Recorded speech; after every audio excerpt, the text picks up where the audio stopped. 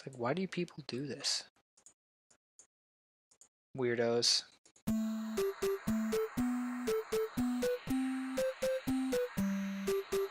Welcome back, listeners, or if you are new, welcome to the Digital Divide podcast. I'm your dungeon master, Justin Fry, and I'm joined, as always, by the gatekeeper. What? You're supposed to say your name. I don't know what you're saying, but my name is Josh Charletto. I was trying to spice life up here and change the intro. Yeah, don't do that. Okay, well, you need to put that in there because that's how we're introing it. I'm sorry. It's in there. We're recording. Well, of course. I would hope so. Anyways, let's move on because this is a train wreck. And it's only the first couple minutes of this, but I'm going to It's like it's Monday. Here we are, Monday. Hi, Monday. Hello, Monday. We're going to jump right in to the newsreel. Insert really cool cutscene music or intro music. Anyways, so Josh, got a question for you. Okay, Justin. I don't know why I always start off new. I don't either. Anyways, so as always, I was looking through the news as I do every day, and for some reason, the least important things stand out to me. And today, or this week's most unimportant piece of news in the world was that a kangaroo invaded, and that's the title, invades a field at Australian soccer match and refuses to leave. I actually have heard news stories like this before from Australia. It's almost like that's where they are. Yeah, it's almost like there's kangaroos there all the time, which is something like that. But anyways, it was essentially a kangaroo that jumped or hopped or kangarooed. I don't know. I think that sounds better. Into the match or onto the field and didn't care. Was like a honey badger and did not care. And just stayed on the field while the match was trying to continue as multiple people tried to shoo off the kangaroo.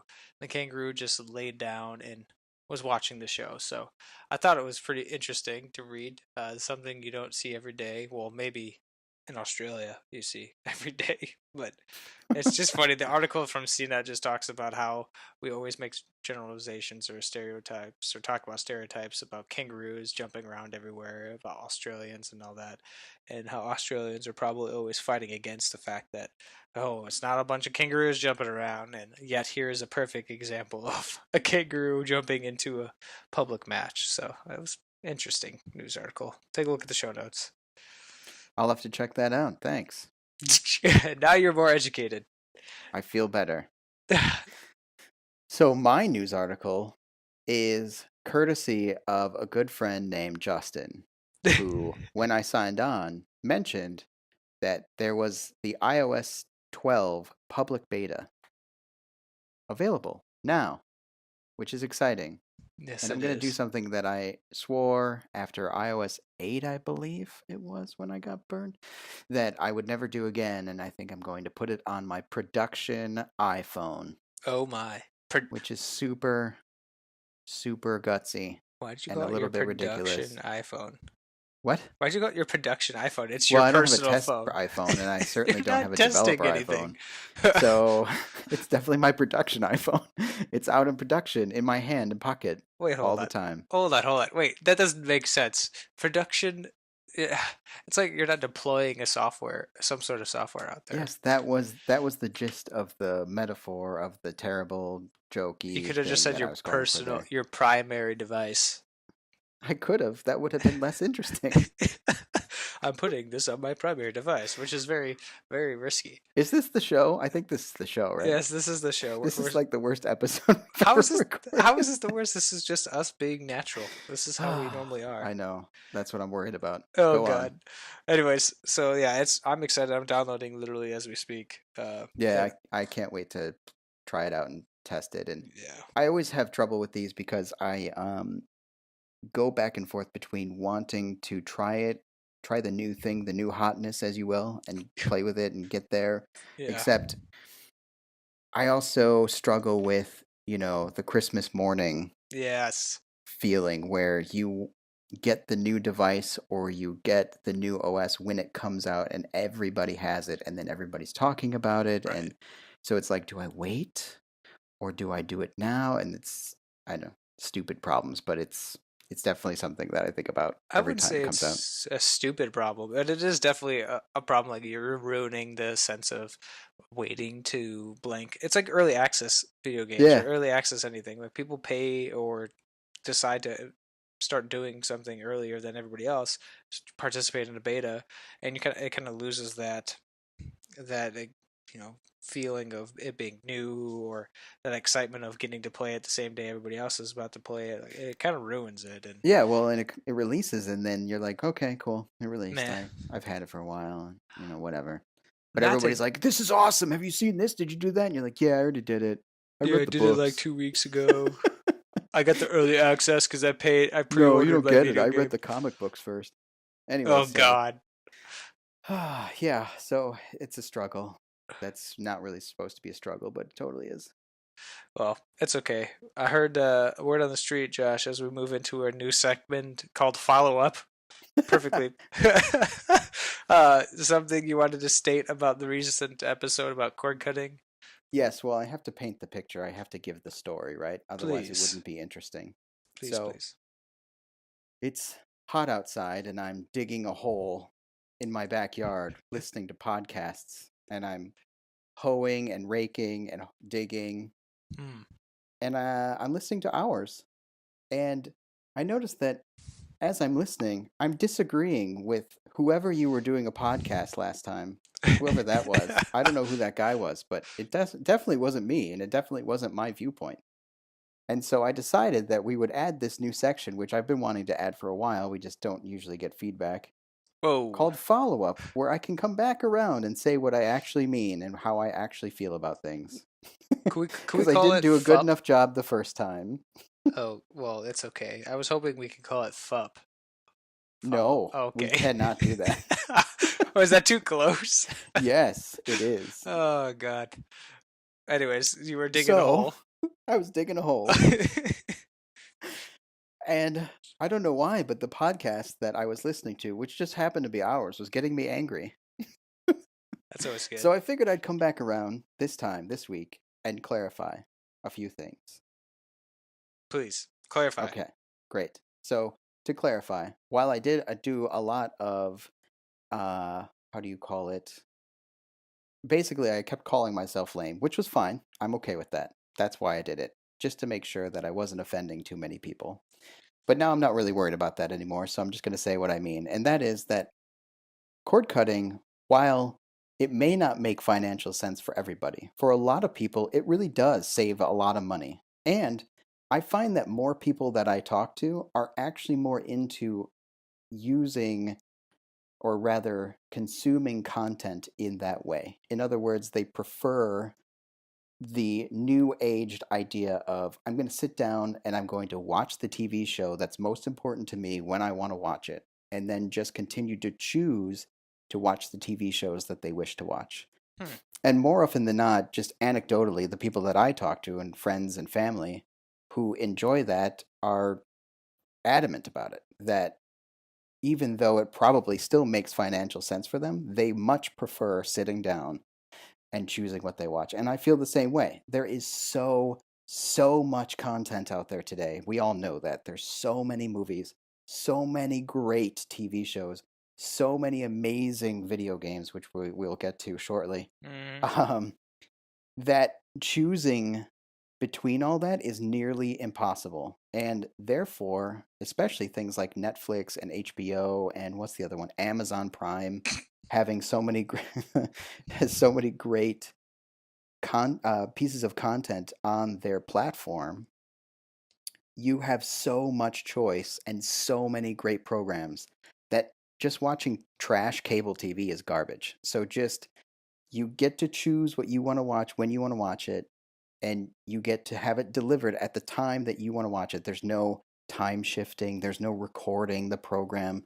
That's the advantage that you get from cord cutting. And the best part is if you're choosing to watch TV that way, you're also usually saving money because, as you so aptly pointed out in our last episode, you did the math for the number of shows that I watch, which I can actually speak to in a minute as well. But for the number of the shows that I watched, you did the math on the program, and Mm-hmm. it was half the cost of what you were talking about at the bottom layer of, paying the cable company. Yeah. So it it obviously is not going to make sense for everybody, but Oh.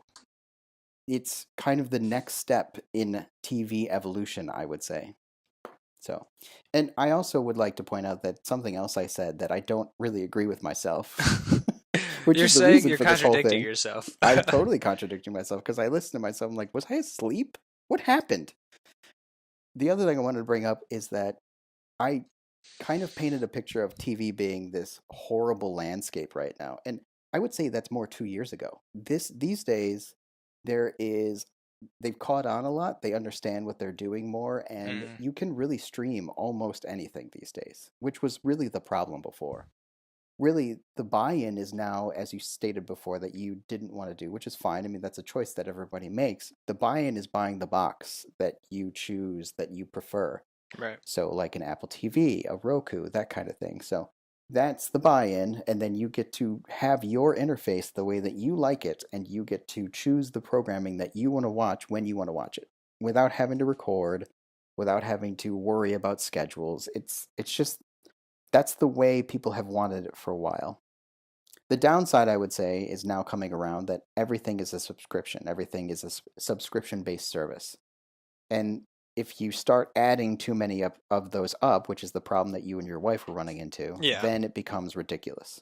And so it's just, I can't, the argument I have for that is how do you have that much time to watch that much TV? And I- you don't. And I It's just a don't. fire hose of content, and there's no possible way. Yeah. And that's why I have like a few things that I actually watch, and we end up, I think, the last 3 days, 4 days probably, we've literally only been watching on Netflix. We haven't been watching anything live. Maybe the news for the weather every once in a while, but really nothing else other than Netflix or whatever I have on my media server. Like I don't, I can't. It almost makes me wonder if I'm justifying actually having TV sometimes. Well, But and I don't think that everybody is. I hmm, think that there are absolutely people who still do it how it used to be, where you order the cable box, you watch TV, whatever's on is on, and you watch. I yeah, absolutely believe that there are people who actually do that. But I also think that there are a lot of people who don't do that, who think that they do that, when in actuality, they just sit down and watch Netflix and then, like you just said, justify the cable box or the cable connection. So, what's funny is that we don't actually pay for HBO. We've gotten it free for 6 months and we keep renewing and just getting it free for 6 months with Xfinity. yeah. And then that allows me to log into the HBO Go app for free. Well, So hopefully we no get one listens HBO to this. free. Well, no, they do that all the time. And then we watch Netflix, and then occasionally we watch like a CBS show or an NBC show. I mean, you can't, not everybody's going to be able to do it, but I would say that in a much better state than it was, and I'm actually really enjoying where it's at right now. So I don't know. I was asleep or drugged, or it was just a different person in this chair before last week. So I don't know what happened. So please forgive me. Wow, that was a lot of data. Yeah. Well, I had to Well, ramble it off because it was really just follow up, and that's not really our topic, even though it sounded like it was. and I'm glad you were able to justify or at least redeem yourself, so you didn't feel like people had this understanding that you hated or against the idea of cord cutting, because I clearly you are absolutely am not. not. My So position is 100% to cord cut. I love it. I love it. It's great. It's just Love it. huge. Yep. Uh, so I'm glad you got that. I have nothing to follow up on cord cutting at all because I still stand by the fact that we're going to continue to pay the big companies to provide us with wonderful TV shows and mediocre internet. So it's okay. Anyways, moving on. We have an interesting topic this week. Well, Interesting for interesting to some people. some people, yes. So if you Hopefully don't like, to more than some. yes, if you don't like video games, at least try and listen to this topic. It's not just going to be about the games that we loved. It might not even be anything about the games that we love. It could just be about the idea of video games, what it did for us, slash what it meant to people, what it evolved, maybe. What did it help jumpstart some certain things, specifically cough esports, things like that. So I don't know if I want to start this off or you want to start this off. Is there anything particular you wanted to jump into other than uh, talking about what video games are Well, in I the kind of general want to level statement? set as well. You touched on it there. I don't really want to talk about, whether Witcher 3 is amazing or not. I want to talk about the Fact. ideas and concepts behind why we would or wouldn't Yeah. play video games, and what what is their importance right now? What is their use, if there is any? So, kind of getting into some of that, and then yeah, touching on the history, touching on where and why and when and how and all those things. So, yeah, to Cool. start it off, if you want to touch on maybe some of the more popular aspects of why people play video games. Right. I can easily do that. Someone just asked me this question, and I was just talking to you and a couple people at work slash in the real world about video games and what they meant, because something came up along the lines of what we were doing as kids and what we're continuing to do as adults with jobby jobs, and and having kids to take care of. I don't, but Yeah. but Well, but still, I mean, it's an interesting question. It points to a change in not only how video games are made and for right. whom, but also what our tastes are and what our interests are. Right.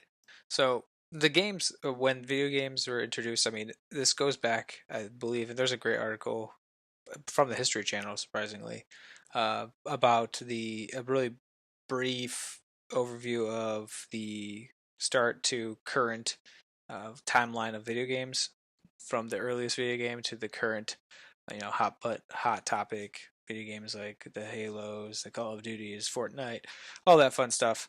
Uh, and when it emerged, I think, and I doubt it, but it really started off as really a way to not a, just to have fun or something, another medium to enjoy, kill time, play with friends. I mean, some of the most earliest games that came out were two-player games. I mean, Pong comes to mind right now.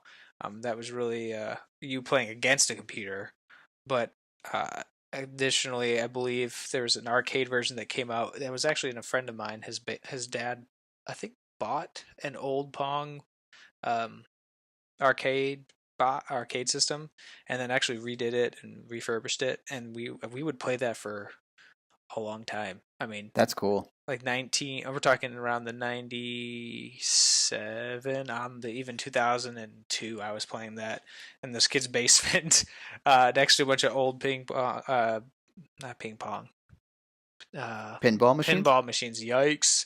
And that was a lot of fun too. So now that I talk about this, I have something I want to talk about later on about like modern day arcades. But anyways, um, but yeah, a lot of it started off as simple games that were just scrollers, or not scrollers, but like scroll bars bouncing back and forth, Pong, for example, and bouncing ball back and forth and trying to quote score like points against each other by getting it past the player. So they really started from a basic standpoint, or from the basic structure, to now these elaborate, so not all of them, but these elaborate storylines, these elaborate projection or paths that the characters or the people who are playing it have to take.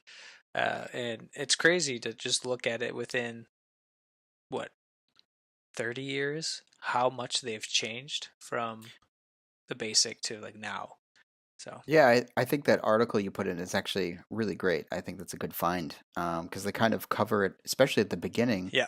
Games started, as they say in the article, in the research labs. They were Right. trying to justify all the different technology that they had built and trying to find new uses and fun things they could do with it. And they created some of the most early video games. It's funny because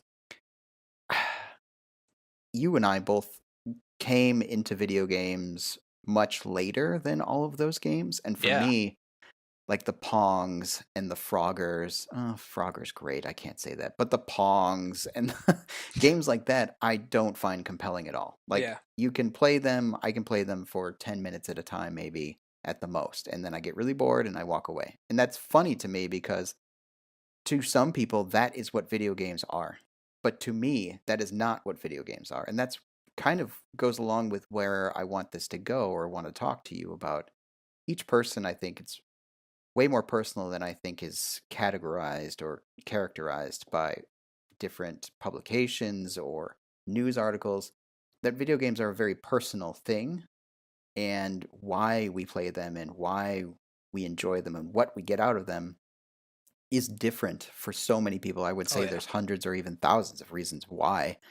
And it's it's just interesting to me to look back on previous games and just say, no thanks, not for me. Yeah.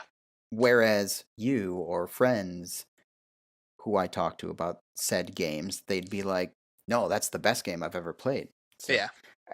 I think you can kind of tie what this article is talking about, that huge, long, he said, realizing it was only 30 years, history of video games, and where they came from and where they evolved and where they're going, and kind of parallel it with the people who grew up with them.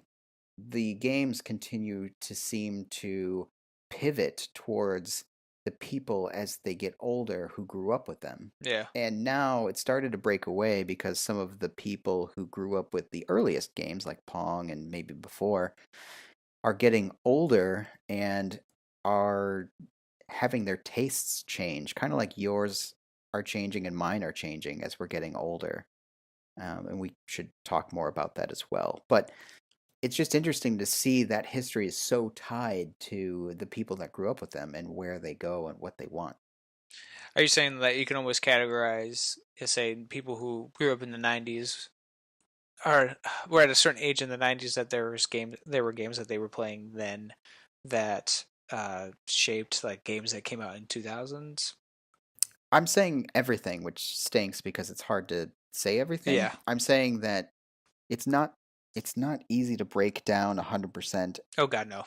like that, but it also is interesting to see that parallel history between how old people no, this how old people are getting who grew up with the games Yeah. that they love and what they're asking for as they get older and as their tastes change Hmm. versus like newer gamers, even though we're not new anymore, but like you and I who Yeah. were asking for something different. Oh And yeah. how different studios and different gaming consoles have pivoted in different directions to kind of cater to different markets.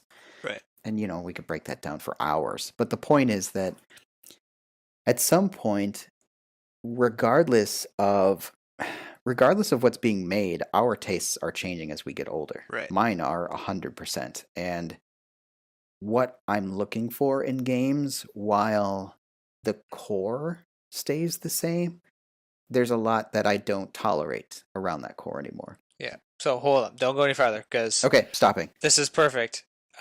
Because we went through like when did it emerge? It emerged at least 30 plus years ago from the depths of a research lab somewhere to justify technology to now, the virtual reality and the virtual VR games that they have now, where you could do various things. But regardless, during those milestones, we were talking, maybe I would categorize it more like time, decades of '80s, '90s, or the 2000s, and then modern day, because we're still within Sure, this yeah. decade. There have been those categories of games that emerged that have really been the popular games, and I don't know if we want to go into this by categorizing in the '80s, the '90s, 2000s, if that helps explain how, as we emerged in the '90s, and so in the early '80s, I guess for you. Sorry. Wait, does that make sense? Yes, early '80s. Sorry, late Well, I '80s. was born in the early 80s, I meant so late '80s, yeah. early '90s, and then for Yeah, me it yeah, yeah. was the mid to late '90s into 2000s. The games that came out during that time shaped a lot of the ideas behind the games that came out now, are coming out now, and the mentality people or the understanding of what video games do for people and what they're supposed to be doing, how they affect children slash grown adults, uh, and it's just interesting because you can see a huge change from when they first came out to now, and in between there was like hiccups where people, for example, gun violence and violence. We had an insurgent of really controversial games that people went on trying to ban, like parents would band together and create some group to try and ban from selling, and then we get the ratings on video games where you get rated E through M. I mean, that all stemmed from the popularity of video games exploding. I would say 90s. That was really their peak. Yeah, that was the time also that everything was extreme, Yeah, like extreme games, extreme this, extreme that.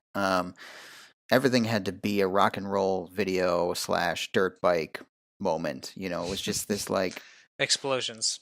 yeah, explosion of explosions and guns and violence. And I think that a lot of parents, with good reason, started out pretty early on in video game history being like, yeah, okay, that's whatever. It's just a box holding another box moving across the screen, whatever. It's not a big deal. Yeah.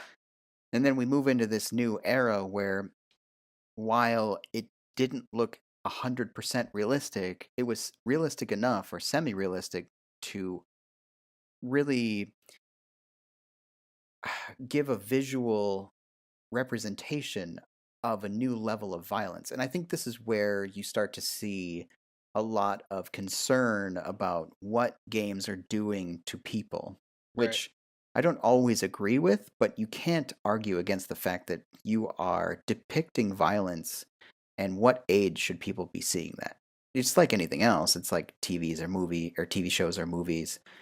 Uh, when is it okay to see certain things? And of course, that's a whole different topic. Right. But that's like you said with the rating system, games became mainstream. There was a time they weren't, and now they're mainstream, and now parents are taking notice of the Grand Theft Autos, the Twisted Metals, the Metal Gear Solids, the games where you are in it and you are making choices about life and death. And it sounds trite and ridiculous, but Yeah. these actors and people who make these games are trying to make them as realistic as the technology would allow, which for some people, like myself, was incredibly engrossing and so fun to enjoy this new level of story that came from games that hadn't been there before, and this like curiosity and puzzle solving that comes from these games. And yet at the same time you had younger kids getting into games that they shouldn't probably be playing. The like we said, the Grand Theft Autos, you're 8 years old and you're pulling people out of cars and killing them and then stealing their car. Right. It's not really the best. So I'm oversimplifying it as always, but it's an interesting history because we're like every technological advancement. Oh my gosh, I can't talk.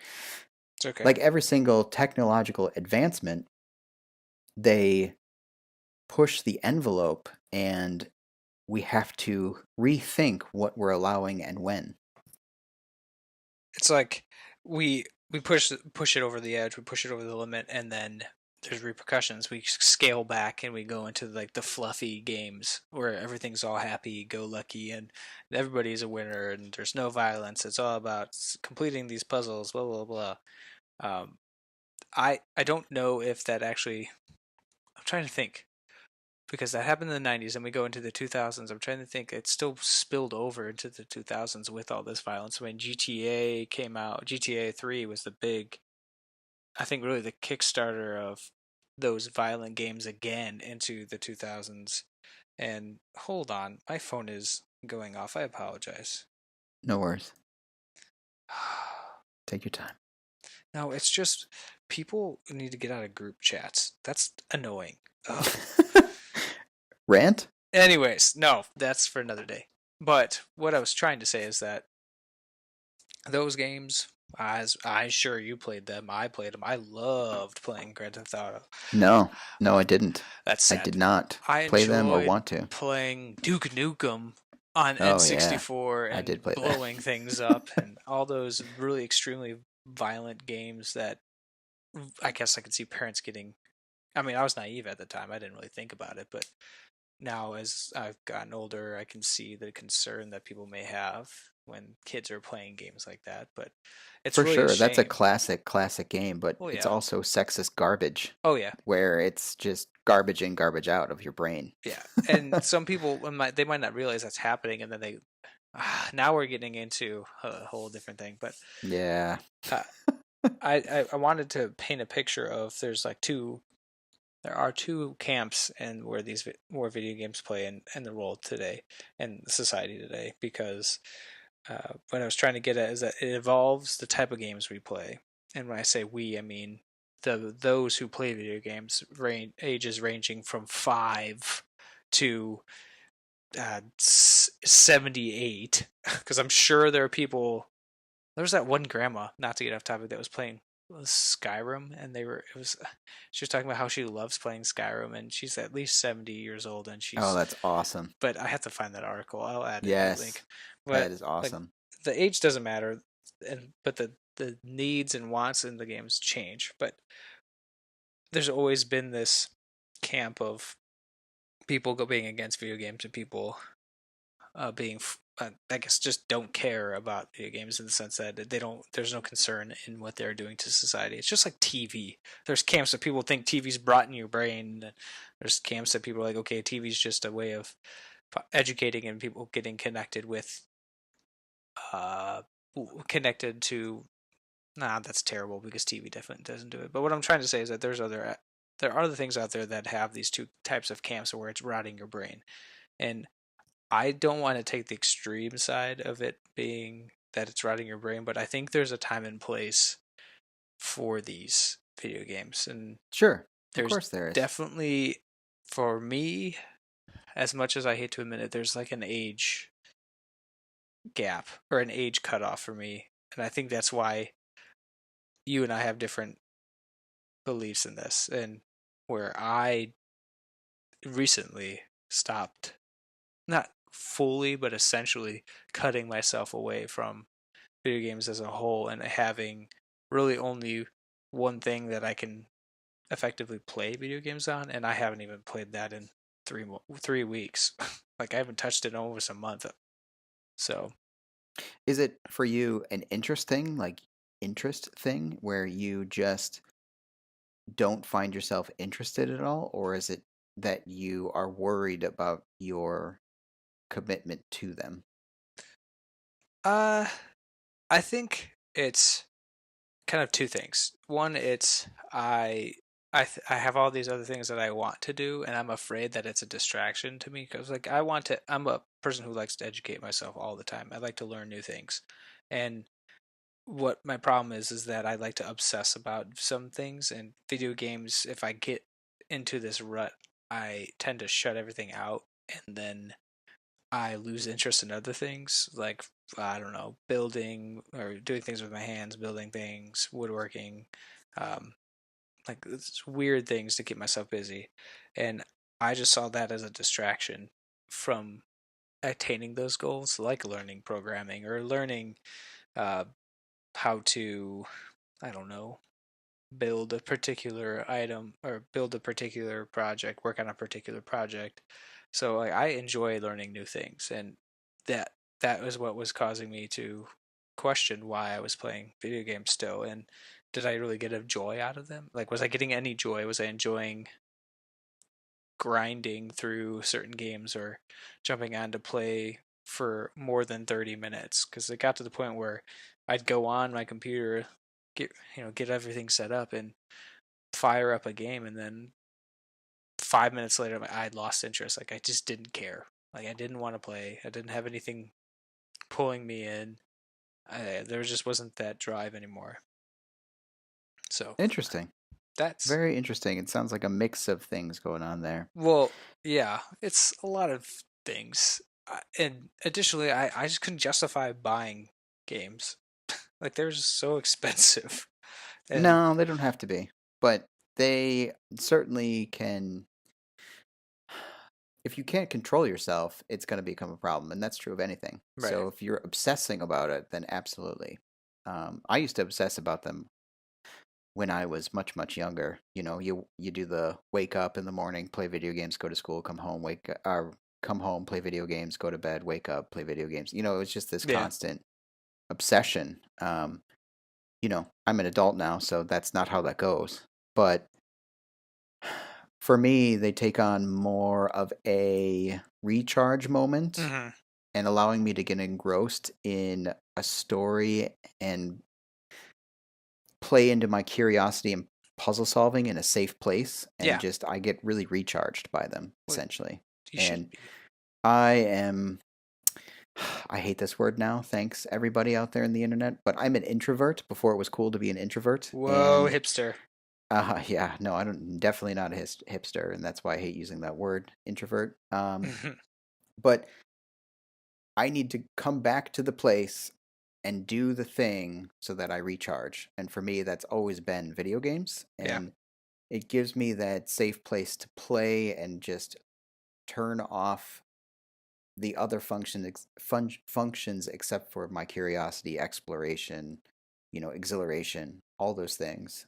And but yeah, if it's becoming an obsession and stopping you from doing things in real life, absolutely that should be something to consider for sure. But I want to jump into that what you just talked about, what video games do for you and would do for some people, because Sure. really it's we're not trying to paint a picture, or I'm not trying to paint a picture that they're only negative side effects of playing video games, because at the time I was playing them when I was younger and like even into my 20s, uh they were really what you just said. They were like a stress relief. For me, it was diving into a specific game, like for example, WoW, World of Warcraft.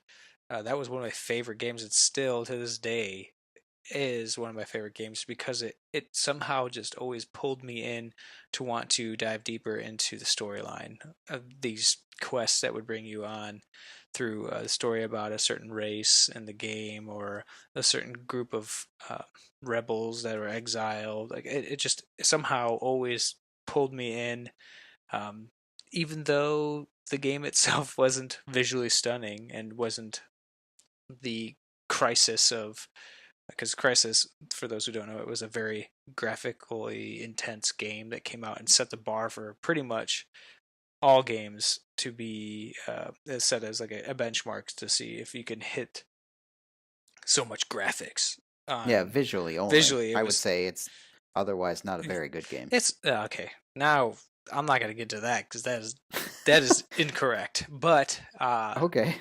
it is that was something that I enjoyed. It was kind of like the satisfaction of completing a quest and getting a new one. Like I always wanted to do that. It kept me busy. And sure, I think I did play, or I know I did play a lot of shooting games, like first person shooters, when I was younger too, because it was just something I don't know why, and it was probably because it was a huge fad, and still is somehow. But everybody wanted to play Call of Duty. Everybody wanted to play. Okay, I know you're gonna say no one wanted to play, or you didn't like Halo, so that's fine, Josh. You can be like the 1 in 5 billion people that don't like Halo, but I like those games were really nice to just mind-numbingly play, kill off steam, play with friends, connect with friends, and I enjoyed it. And some were even fun because they challenged me, and I I think I lost that. I think that's what happened as I got older, is that I lost all that in the game. So Yeah, that makes sense. That was Counter Strike for me. That was a long period, and I say that I don't like Halo, which I don't. mhm. And the reason for that is because people laud that game as like the game that changed everything. And yet, to me, that doesn't make any sense whatsoever because there were games that did the exact same thing way before that game. It's just that Microsoft got behind it and did such a great job marketing it that it became mainstream and brought a lot of the things that had been done before to the mainstream. Mhm. I don't see those games ever as actually breaking new ground or doing anything No, incredibly God, no. interesting. And I also don't find, and this is where I think we diverge, and that's okay because it's just opinion. I don't find the tone, look, and feel of especially the enemies in that game like compelling at all. Like they looked ridiculous to me. So whether or not you feel that way, I just couldn't get behind it, and that's okay. Everybody has different tastes. What I find interesting though, as you were talking, is that you use the term stress relief and use the Mm-hmm. term mind numbing, and Yes. neither of those two things have ever entered into video games for me. For me, there's a difference between coming home and recharging and coming home and using a video game as stress relief. And just said the word never, and I shouldn't have said that because that's stupid. Stupid, stupid Josh. But because there have been times that I get home, this is a long time ago, different jobs, but you get home and like the day really sucked, and you're like, man, I just need to play a first person shooter and blow some stuff up. And I've had that before, of course, but Mm. that's not the draw to them on the whole for me. The draw for me has always been being able to step into a world where I can make irrevocable choices and have an effect on things and not actually just play something else or do something else and play to my curiosity and play to my analytical mind where I can kind of try new things or do new things or without having to actually put myself in dangerous or stressful situations. And um, it always took on a different level for me, and it took me a long time to realize that that's not what people go to video games for on the whole. A lot of Yeah. people go to it for something else. They go to it for the mind-numbing couch potato. They go to it for the some people play tons of strategy games because they really want to manage giant swaths of troops Right. eh, Or and challenge that's where puzzles. Like yeah, or challenging challenging puzzles. puzzles. Like I mean I love Zelda. I mean that's not the main puzzle game that I've ever Yeah. played, but that's just the first thing that comes to my mind. From a young age, I was playing that game because of the puzzles, because of the you can get through the story, but first you need to figure this out. And I love figuring stuff out. And that's true of my personality and my job as well. Every job I've had has always been about trying new things, doing new things, figuring new things out. And that's why I play video games. It's always a new problem to solve. It's always something interesting to do without having to think too hard about where to go get that. And to your point, if it becomes something where it's going to interfere with you doing actual real things, Yeah. like side enterprises or things to grow yourself or professionally grow yourself, then yeah, I think then it's a problem. Um, but it's something that's always been a very big part of who I am and is really important to what I do, just on a very core level. And that's why I will forego watching TV. I will forego playing movies to do the one thing, which is play video games. And Yeah. for me, it's not an obsession because it's not like I'm like, oh, I'm thinking about this one game all day. And then when I Yeah. get home, I turn it on. It's just like, okay, what am I going to play tonight? Or, what am I going to do tonight? So, Yeah, that was my problem growing up, was that I was just obsessed, and I think that's what scared me. Like as I got older, I was like, "Oh my God, I'm still thinking about what we did yesterday uh in Call of Duty 2." Because I think that stemmed from me getting seeing that I was good at multiplayer games like Call of Duty 2 specifically, and getting into the point where I started doing like competitions or joining clans and doing tournaments, where I just got so involved and invested into it that it became an obsession and became about it turned into this thing that's all I thought about. And then my parents would be pissed off that I'd be playing them all the time. And um, it was just, I think that's where part of my now realization as an adult that really video games for me are just a pastime and no longer valid for me. Like they're no longer something that I use to do the stress relief, to relieve stress, to mind do something that's mind numbing, or at least pulling me away from my bad day or good day and focusing on putting myself into a different reality. And I've found other ways of doing that that aren't detrimental to what I'm doing it with my life and the relationships that I have. So, reading a book isn't going to pull me away from being with my wife, or uh, I guess building something outside isn't going to pull me away from having conversations with my neighbors or with my friends. Like video games, for some reason, always, not always, but to me now, I look at it and go, "This is something that I have moved on from." So, uh, Interesting. those, It yes, sounds like you had a really, really unhealthy relationship with them, so it's probably a good choice then. Yes, exactly, and I'm glad, and I think I'm happy that I've chose this path, and I do get the itch every once in a while to play things, but then I get to, like, I set myself up where I have the ability to play it, and I'm sure when the Switch comes out with some games, my wife and I will play Mario Party and probably play some Smash Brothers, because that's just one of those games as a kid I loved and enjoyed. Um, but I won't play that every day. I'll put it and play it for a little bit and then probably not touch it again. So, and Lord knows what we'll end up doing with that Switch. It might last a couple more months and find its way on eBay. Who knows?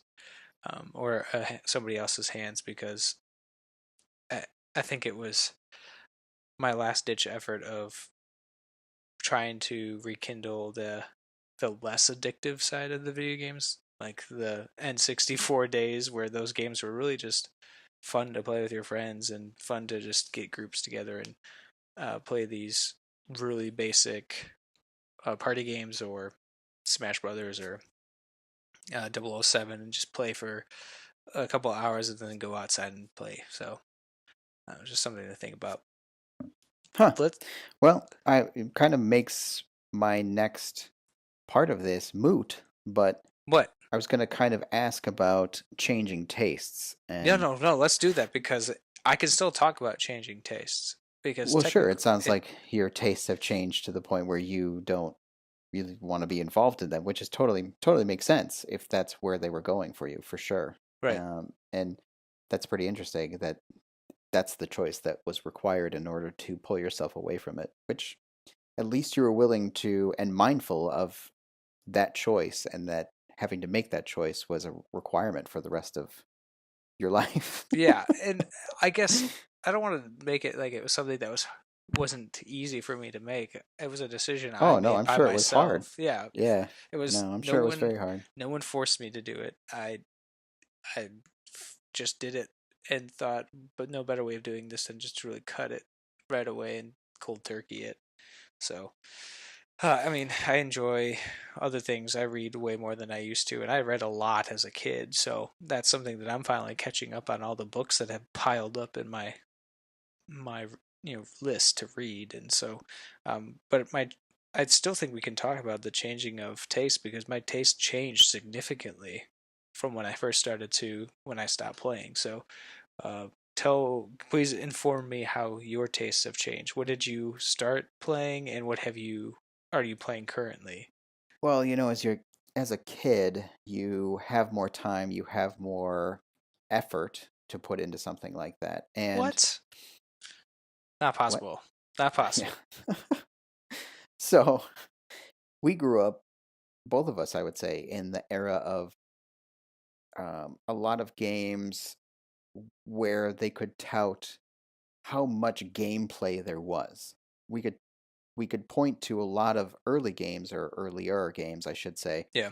like the Final Fantasies, like the old RPGs, like even a lot of the old strategy games, that it was about how much gameplay you could pack into a game, because technology was not moving fast enough to change how the user interacted with the games and also what the graphics looked like.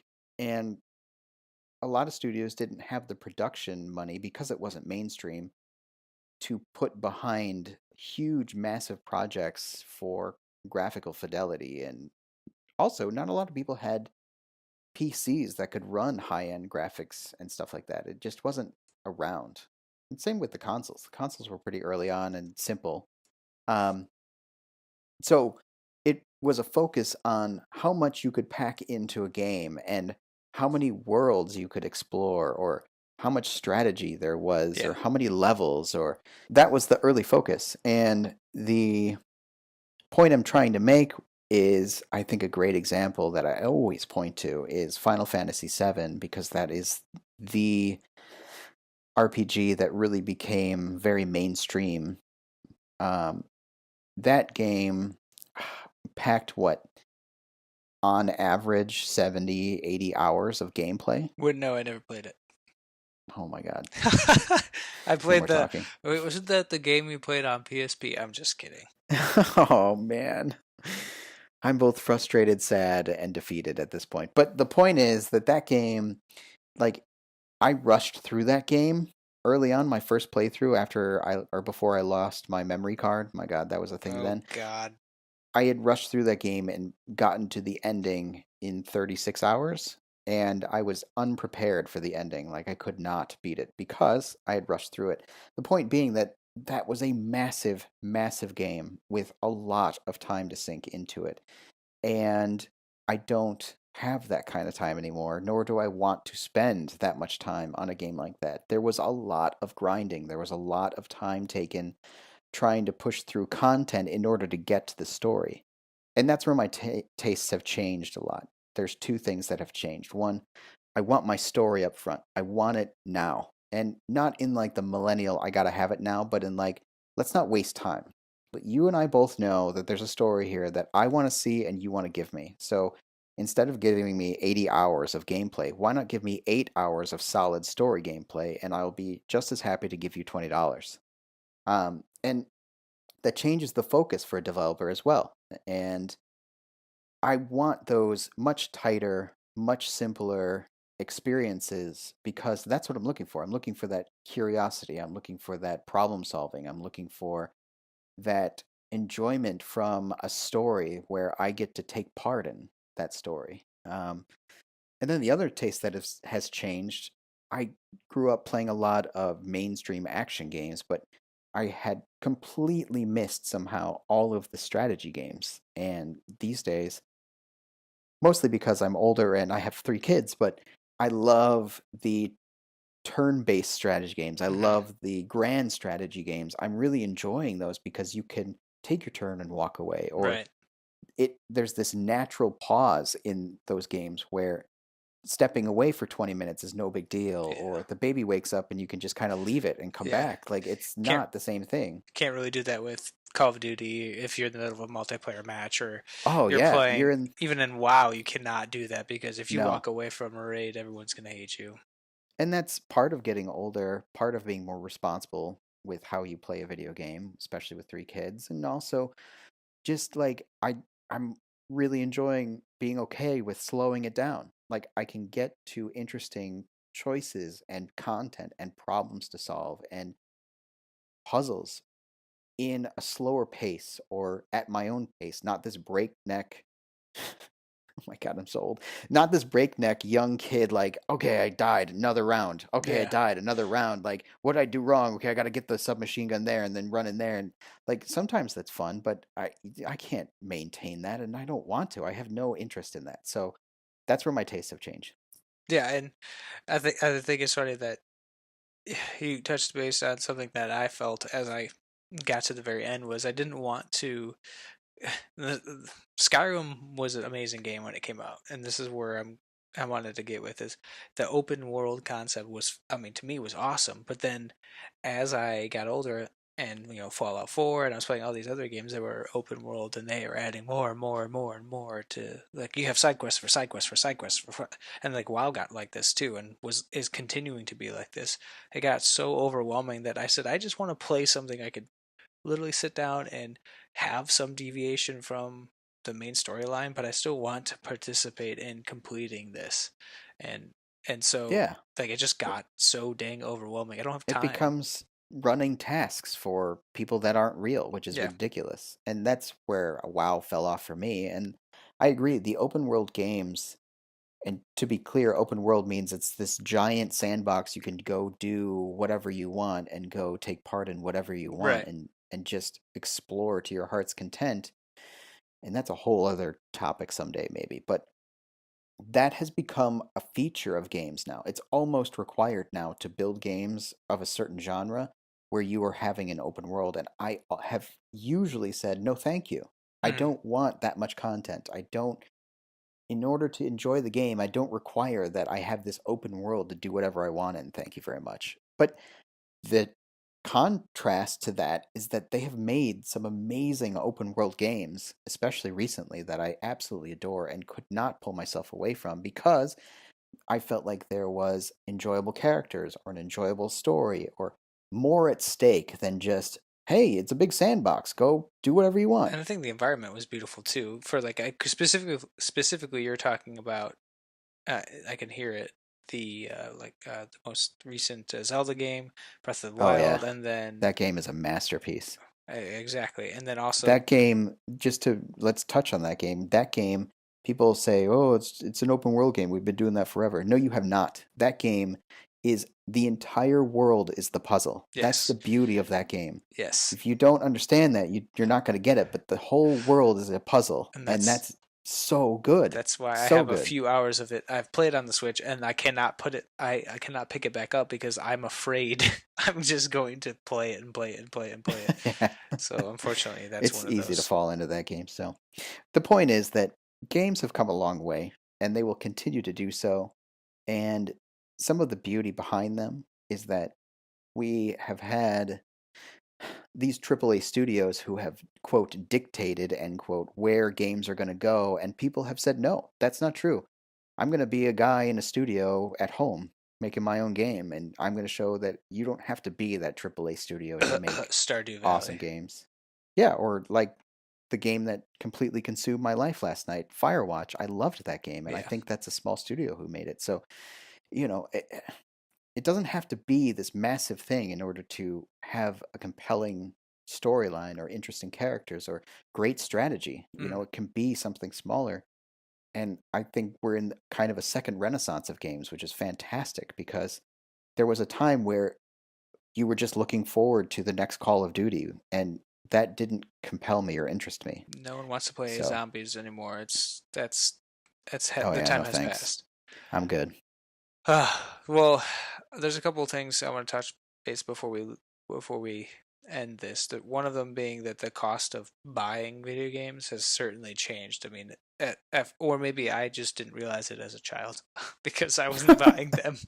But to me, I think starting from like Game Boy games, they were never more than $30, unless I'm wrong, and then they were $50. But it has progressively gotten more and more expensive to buy video games as well as the consoles.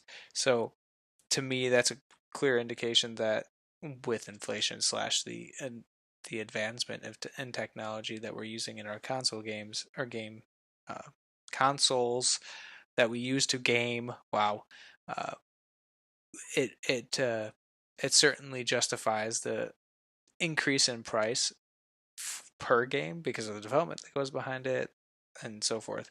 But it's crazy to think that within I think 15 years it went from the typical video game costing like $25 to $50, then to $60. I remember that huge jump when Xbox One I think came out. I think you're misremembering this, Why? as you kind of pointed out.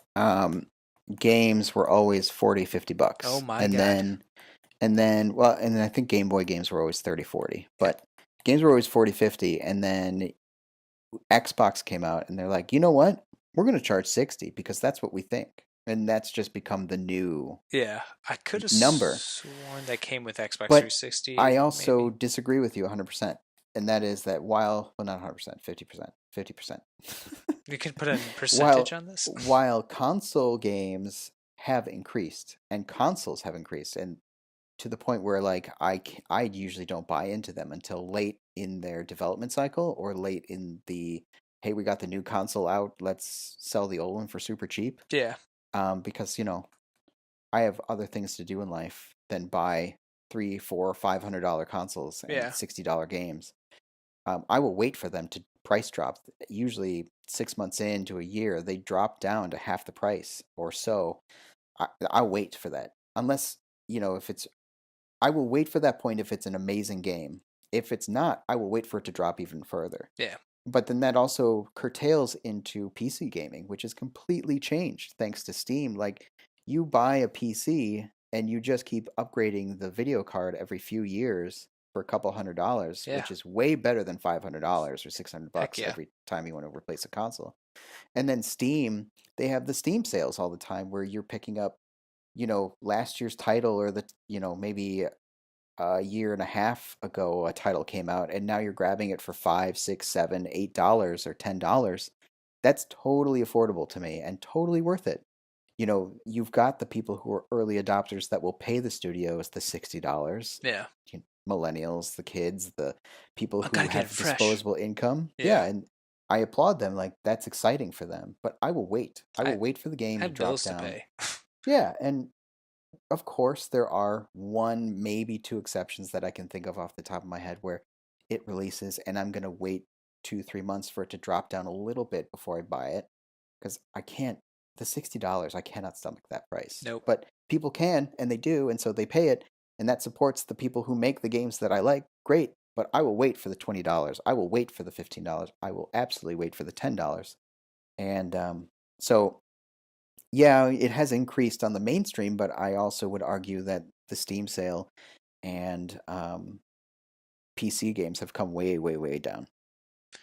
Yes, and I'm just looking at Steam sales right now, looking at some of the top sellers and one of the top sellers right now, a game that has been continuously $60, even 5 years after it was, or I think 4 or 5 years, maybe 3 years, I can't remember, after it was first released, is still $60, but is on sale for $20. Is Grand Theft Auto 5. I mean, the game has so much in it, and Yeah. and how popular the demand for that thing is, and you can get this because you waited $20 uh, through the Steam summer sale, and that's fantastic. And Yeah, and I if I were to buy that, which I haven't, and I haven't played it because I'm a terrible person, no, you're the not. It's okay.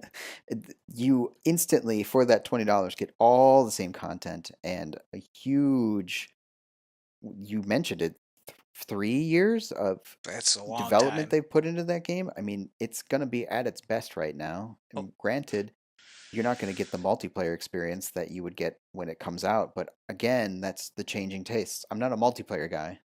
I'll play with friends on occasion, but I want the single player tight experiences, and that's a game that is incredibly popular for that reason. So, yeah, and additionally, with the cost of everything, there's also been some development in the world of video games where back in the day, people would pick on you for, oh, you're playing video games. You're never going to get anywhere with those. They're not going to win you. You can't make a career in that, and that's to be argued about game developers. But additionally, now, and we have people we know who are actually experiencing this right now.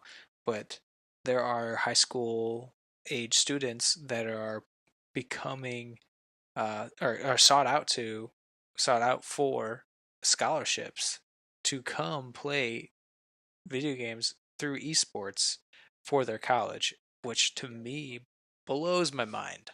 yeah, and I was talking to my dad. What was that, last weekend or the weekend before? I don't know. And mentioning that I know somebody who's gotten a scholarship and won X tournament for esports, and it took me 4 times to explain to him, and it's not that he wasn't grasping the concept. He just couldn't believe that esports are treated like a sport now. Yeah. You sign up for it. You sign up for it. You try out. You try to make the team. You make the team. You practice nightly, and then you go to tournaments on the weekend. It's just like any other sport. Yeah. And then you play for state, and then you play for championships, and then you get scholarships to go to college to play that esport. You got to keep your grades up. It's a sport. It's just not where you're running around on a field, or not where you're running across a track, or not swimming. Like, it's not a physical sport. Ouch. It's a mental sport. Yeah. And I guess I don't know if that's even a real thing, but it's treated like a sport. Whether or not it is a sport is I'm not debating that. I'm just saying that it's treated like a sport. We missed our calling because I Yeah, mean I would clearly. have been super into that idea. I did that to the detriment of my life, as you pointed out so aptly before, as a younger person. Yeah. I did that and didn't get anything for it. Not that I needed anything. I loved playing video games, but Yeah. I could have, and this is where I think it's a good thing in some ways.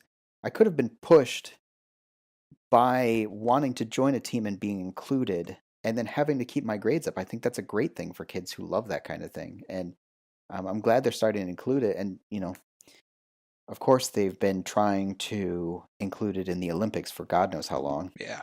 10 years now, I think they've been trying to go after Who that. knows? So I don't know if that will ever happen, but it's a huge thing in other countries, Korea, some of the other Asian countries. Yeah. It's huge. So It's just good to see that, and you hit it. You said it perfectly. Yeah, I would have loved to have that opportunity, and yeah, that would have been great. I tell my mom actually. I remember talking to her just recently about all this, and she said the same thing. She kind of mentioned, man, that would have been different. I wonder how our fights would have gone if when you were younger and we would fight about you playing so much. If only you had you know the fire or the firepower to say, "Hey, mom, look at these kids going to college to play this and getting paid a lot of money to do it." You probably would have made your arguments a little bit more structured and like hard to fight because even now my mom would say, or when I was younger, I was on my computer all the time messing around, still like going outside and being a normal uh, middle school or high school boy, but like I spent so much time on it, and I came back and said, "Hey, remember those times you yelled at me for being on my computer? Now I have a job in IT." But I would have loved to, as a kid to play those games and actually make money and enjoy it and go to these competitions. I mean, they just seem so crazy and they're so realistic. They have these like announcers. There's people talking through the competition, play by play. It's nuts. Yeah, it's a sport. I It's mean, it's not a cool. sport, but it's a sport. It's treated like a sport. Is it like cheerleading is a sport? Anyways, Oh boy. Oh boy. so Put those worms back in the can, please. yes, I have already. Yeah. Is there anything else you want to talk about video games? I mean, there's so many things I wanted to talk about, but I don't want to. No, I think we should probably, you know, end it there. I Yeah, think we kind of talked about some of the more important aspects and somewhat talked about why and how and touched on some things. I mean, there's endless amounts of things we right. could be saying. So, yeah, I think we're good. Good. I definitely a good topic, a fun topic, an interesting topic, and now you get to hear why I really stopped playing and why I probably will continue to stop playing video games because I just can't do it anymore. I just don't know why.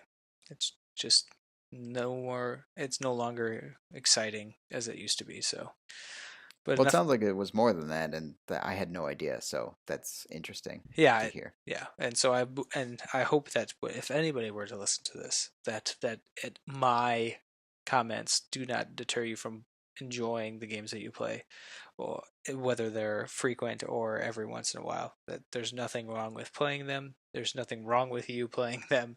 It's nothing. Oh, no worries there. Yeah. I enjoy them regardless of what you say. Well, I'm just talking to the general public because Oh, okay, yeah. Public. Hi, public. I don't want Yeah. to hurt any. Not that I don't want to hurt anyone's feelings because don't care. But Oh, it's just to make my. sure that people still enjoy doing what they want to do. And if video games are your pastime, be my guest. Play them to your heart's content. So, anyways, let's move on to my famous rant recommendation corner. I'm just kidding. Maybe I'll take out the recommendation this time, but I have a rant that I'd like to get off my chest, and Okay. It recently happened actually with having AT&T slash Comcast slash all those other companies that may or may not provide internet slash TV service. They came out and were troubleshooting an issue, and the individual said, "Well, I'm just gonna replace the part. It's probably the problem." And like to me, that really it irritates me because what happens if it's that particular model part that is causing the issue and you're just replacing it with a similar defective part and just keep replacing it as they go bad or it it goes out of commission. It annoys me that people just don't like dive deep into it to figure out the problem but rather they just want to fix it like a short-term fix and just get it out of the way so they can move on. And that's not necessarily the technician's fault here. He's trying to go to the next job so he can bring a paycheck home. Like, I'd get that, but my analytical mind is thinking, okay, what is causing this? Why is it happening? What we can do to find out it's how we're find out it's happening and what we need to do to fix it. So that's a rant I had. It's always been something I don't like at all. It pisses me off. Yeah, I can see where you have taken pride in your work and you've done all the extra steps to isolate the problem to a specific part, and then you replace that part. Mm-hmm. That makes sense to me, but I agree with you. You say, well, it's probably this, and then you just replace that part in hopes that it's going to take care of the problem. Yeah. That's not professional. No, that's just being lazy or trying to meet a quota, and that's just it's just not quality work. Anyways, what's your rant? Of course, I have a rant in the rant corner, and it's very similar actually. Interesting. I'm not going to name the profession, and I'm not going to name the individuals or the type of professionals, I'll put that in quotes, who do these things. But for goodness sake, take some pride in your work. And gosh, it's hard to rant about it without actually calling it out. But you go and you go to a site and you say, it looks like this, without actually checking it, or without actually verifying, or without actually trying. Ridiculous. Do your job. Go there, take the extra 2 minutes, try to do your job, instead of doing the hands on the hips, stare at it for 5 minutes and go, nope, not going to happen. This isn't good. And then walk away. That's ridiculous. Take a little bit of pride, a little bit of effort, do something useful, and rant. Must have been a bunch of millennials. No, usually it's the old dogs. Usually they're like, oh yeah, I've seen this before. No, you're not going to, no. And you're like, wait, what? How do you know? Did you do it? Well, I don't need to. I can see it right there. Can you? I don't see anything. Can you explain to me what you see? Well, I mean, I just figure. Can you stop figuring and can you just try it? That would be great. Typically, in this situation. It's pattern matching and it's terrible, and it usually goes hand in hand with what you were just talking about. It usually is, instead of doing the component isolation to find out exactly what the thing is that the problem is, or what's causing it, or where the issue actually lies, you're standing there staring at it and going, I've seen this before, and then you're making an assumption. And that is bad work. It's really not good. It's just terrible. So just take a little bit of time, give a little bit of effort, have a little bit of customer service. I know, I say that a lot, but that's where I come from. Treat them like they actually matter. That would be great. They are paying you to do your job. So yes, that's a great point. I think that's the better point. People have paid you to come do this. Do it. Yeah. That's the business transaction. I have handed you money. Now you do your part. And then we're both done with the business transaction. We don't have to congratulate each other. There's no backslapping or, handshaking. It's just, do your part. I'll do mine. Here's your money. Do it. And rant. Well, thank you all for listening to our 8th episode. Holy cow, I can't believe it's been 8 episodes. I mean, it feels like just yesterday. I agree, but I feel like we're going to say that every episode now. Yeah. As we get into it, like 50 episodes later, like, I can't believe it's 50 episodes. But really, thanks everybody for listening in on this one. If you liked any of the episodes we've recorded previously, please give us a review on iTunes or wherever you're listening to your podcast at. You can tweet to the show at Digital Divide PC, or send us feedback through an email via our website, or by simply opening up your email client and typing in askdigitaldivide@gmail.com. We love feedback, good or bad. It helps us really shape what we focus on, how we're talking, things we're saying, equipment usage, which isn't really a thing now, but really just kind of methods in which we record. So we really like the feedback. If anybody can provide any, we really, really appreciate it. You can check out our website that actually has all this information, including show notes. You can download the podcast itself if you can't listen to it through whatever means you use to listen to this podcast. You can go there by going to www.digitaldividepodcast.com. And really, if you like us that much, you can follow us on our social media. I only really use Twitter, so you can get me at JustinFry121. And Josh, where can people find you? Let's see, varying places. I'm on Twitter as well, at JCharletto. That's my first initial J, and then my last name, Ciarletto. You can also get to me via email. Do people say via? Is that still a thing? Is it via? I think it's via. I like via. GIF. It sounds more. Yeah. No. It's just GIF. Anyway, you could get to me through email by sending it to josh@charletto.com. And yeah, spam the heck out of me. Famous last words. All right. Well, good episode. Yeah. Until next time, guys. We'll see you guys later, or I guess talk to you guys later, or you'll listen to us later. I don't know. Talk at you later. Talk at you later. Bye. Bye.